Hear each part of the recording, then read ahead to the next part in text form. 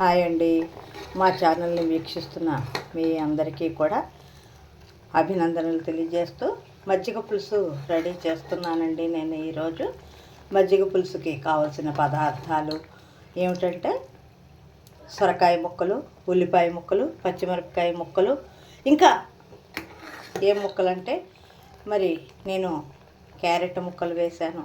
అదేవిధంగా ఇంకా ములక్కాడ ముక్కలు, మీరు ఏ వంకాయ ముక్కలు వేసుకోవచ్చు, బెండకాయ ముక్కలు వేసుకోవచ్చు, ఏ ముక్కలైనా సరే వేసుకోవచ్చండి. ఇందులో ఆ ముక్కలన్నిటిని కూడా కొద్దిగా పెద్ద పెద్ద మీడియం సైజు ముక్కల్లోగా వాటిని తరిగేసి ఆ ముక్కలన్నీ కూడా మనం కుక్కర్లో కాస్త నీళ్లు పోసి కొద్దిగా పసుపు వేసేసి 2 విజిల్స్ రానివ్వాలండి. రాగానే వాటిని తీసేసి ఓ పక్కన పెట్టుకుని తర్వాత అందులో కొద్దిగా ఉప్పు వేయాలన్నమాట అండి. ఉప్పు వేసేసాక ఈలోపు మనం దానికి సరిపడినంత మజ్జిగ కొద్దిగా తీసుకుని ఆ మజ్జిగలో మనం శనగపిండి కలుపుకోవాలండి. శనగపిండి కలుపుకున్నటువంటి మజ్జిగ ఆ ఉడికించిన ముక్కల్లో వేసేసి కొద్దిగా కలిగి తిప్పాలి.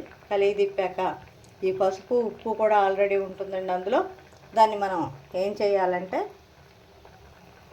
పోపు వేసేసుకోవాలండి.